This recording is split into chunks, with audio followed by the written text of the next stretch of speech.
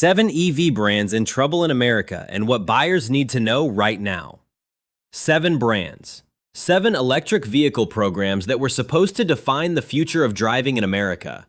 And right now, every single one of them is under serious pressure. Not rumors, not clickbait, actual layoffs, actual billion-dollar losses, actual canceled vehicles, and in one case, an actual bankruptcy filing. If you are thinking about buying an electric vehicle soon, this list could save you thousands of dollars. Or it could save you from buying a car that turns into an orphan with no service network in 3 years. Some of these brands are financially healthy companies simply admitting a strategic mistake. Others are fighting for their long-term survival. Knowing the difference before you sign a purchase agreement is exactly what separates a great discount from a genuine mistake. So let us skip the small talk and go straight into it, counting down from number 7 to the single most exposed electric vehicle brand in America today. Number 7, Ford. Ford sold about 84,000 electric vehicles in the United States in 2025. That number sounds fine until you realize it is down more than 14% from the year before. Now look at the fourth quarter alone. Sales collapsed nearly 52% year over year. The F-150 Lightning, once hyped as the electric truck that would change everything, fell more than 60% in that same quarter. The Mustang Mach-E dropped 40%. Here is the number that should stop you cold. Ford projected roughly $5.5 billion in losses for its electric vehicle and software division in 2025 alone. And then Ford announced a charge of $19.5 billion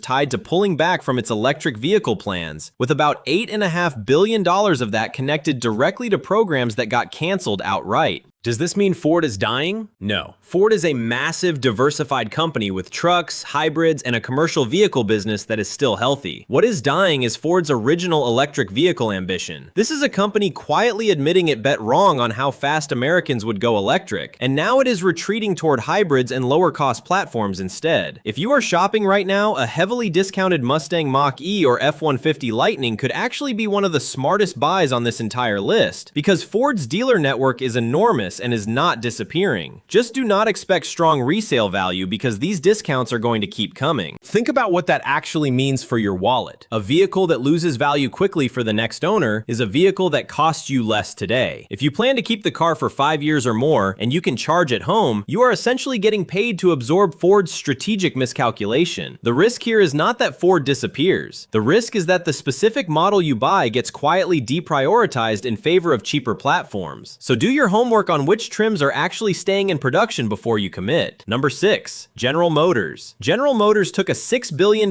charge to unwind part of its electric vehicle strategy. About $4.2 billion of that was pure cash, paid out to suppliers because GM canceled production commitments it had already promised them. Here is what makes GM's story strange. Chevrolet electric vehicle sales were actually up nearly 39% for the full year, and Cadillac's electric lineup was up 69%. Sounds great, right? Then look at the fourth quarter alone. Chevrolet electric sales fell almost 66%. Cadillac's Lyriq dropped over 46%. So which story is true? Both. GM proved its newer electric vehicles can actually sell, especially when priced aggressively. But GM no longer wants to build a massive amount of electric vehicle capacity on the assumption that demand keeps accelerating forever. This is not a company that lost customers. This is a company that got scared of building too many cars for a market that just became far more price sensitive the moment federal incentives disappeared. For buyers, this is genuinely one of the safer plays on this list. GM is financially strong at the corporate level, and there are real bargains sitting on Chevrolet and Cadillac lots right now. The Equinox EV and the Blazer EV in particular have been sitting long enough that dealers are motivated to move them before the next model year arrives. Ask directly whether the offer is a manufacturer incentive, a dealer markdown, or something only available on a lease, because those three numbers can be very different, and salespeople will not always volunteer which one you are actually getting. Number 5, Honda. Honda canceled 3 separate electric vehicles that were planned for North American production: the Honda Zero SUV, the Honda Zero Saloon, and the Acura RSX. Gone. Just erased from the roadmap. Honda said this decision came from reassessing its entire electrification strategy, given how much the business environment has changed. And then came the bigger shock. Honda disclosed up to $15.7 billion in electric vehicle-related restructuring costs, a number large enough to threaten the company's first annual loss as a public company in nearly 70 years. Here's the twist that makes Honda different from the others on this list. Its current electric model, the Prologue, actually sold well in 2025, up almost 19% for the year. But then in the fourth quarter alone, Prologue sales crashed 86%. So Honda has a car that worked, and it still canceled the next generation entirely. That tells you this is not really about one bad product. It is about deep uncertainty over where electric vehicle demand, profitability, and government policy are all heading next. If you are considering a Prologue, it shares major components with GM's electric platform, so parts and service should be more available than you might expect from a newer nameplate. Just do not buy it assuming Honda will keep expanding this lineup on schedule, because that promise already broke once. Honda's dealer network is one of the largest and most trusted in the country, which is exactly why this cancellation stings so much. A brand you trust for reliability just told you, in a public financial filing, that its next generation electric plan is gone. Buy the car you can see in front of you, not the roadmap Honda has already walked away from once. Number 4. Tesla. Yes, Tesla is on this list. Not because it is collapsing, because the brand that once completely dominated this category is under real pressure for the first time. Tesla sold roughly 589,000 vehicles in the United States in 2025, down about 7% from the year before. Its market share fell from roughly 49% down to about 46%. Now here's the number that should actually shock you. At one point in August of 2025, Tesla's share of the entire American electric vehicle market fell to just 38%, compared with a position where it once controlled more than 80% of the category. The Cybertruck, hyped for years as a game changer, sold just over 20,000 units in 2025, down 48% from the year before. Nearly half its already modest volume gone in a single year. So is Tesla in trouble? Its lineup is aging around the Model 3 and Model Y, its brand has become politically polarizing in a way that is clearly affecting some buyers, and real competition from legacy automakers and internationally from Chinese manufacturers has finally arrived in force. Tesla is still the biggest player in this category by far, and it actually regained share in early 2026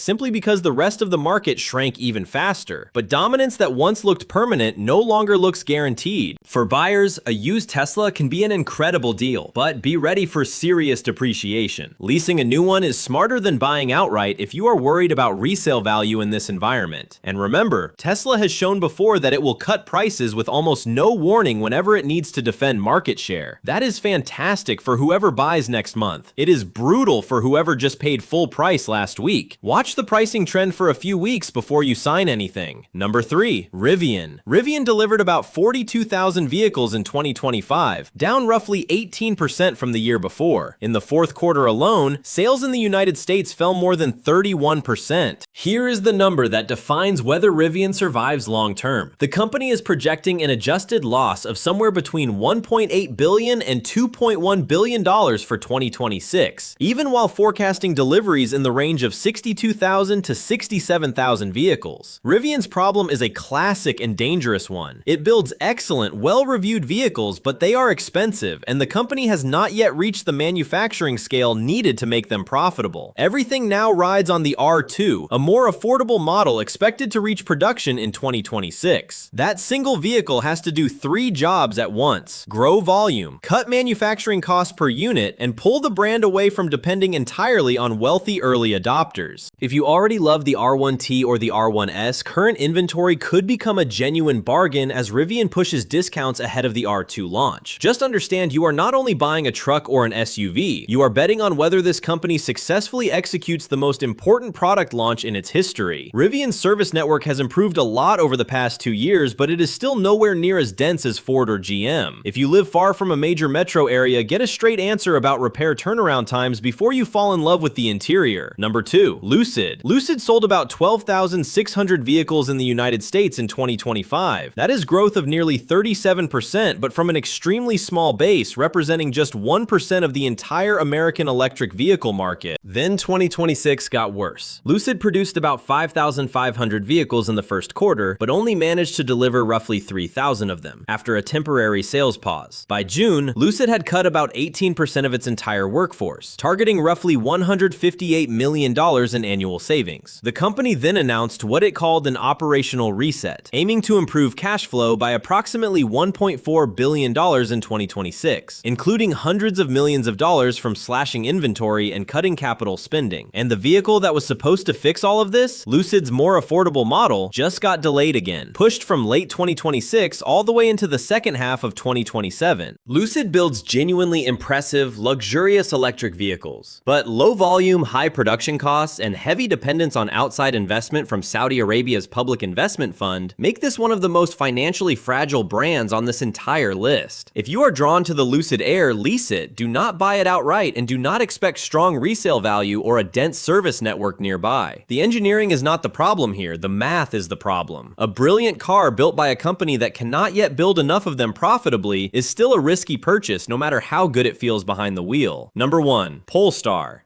This is the brand with the most concrete risk for an actual buyer today. Polestar sold roughly 5,700 vehicles in the United States in 2025, down almost 27% from the year before. Globally, the company grew, posting worldwide retail sales up 34%, but that global number is hiding a brutal truth about its American position. In the first quarter of 2026, the United States accounted for only about 6% of Polestar's total sales. Europe accounted for 78%, and in that same quarter, Polestar posted a net loss of $383 million, more than double the loss from the year before, with gross margin turning negative. Now here is the part that should genuinely concern anyone considering a Polestar purchase. United States regulators have effectively blocked Polestar from selling its upcoming 2027 model year vehicles because of connected vehicle rules tied to the brand's Chinese ownership and technology. This is not a sales slump. This is a brand that could become legally unable to sell its newest cars in America at all.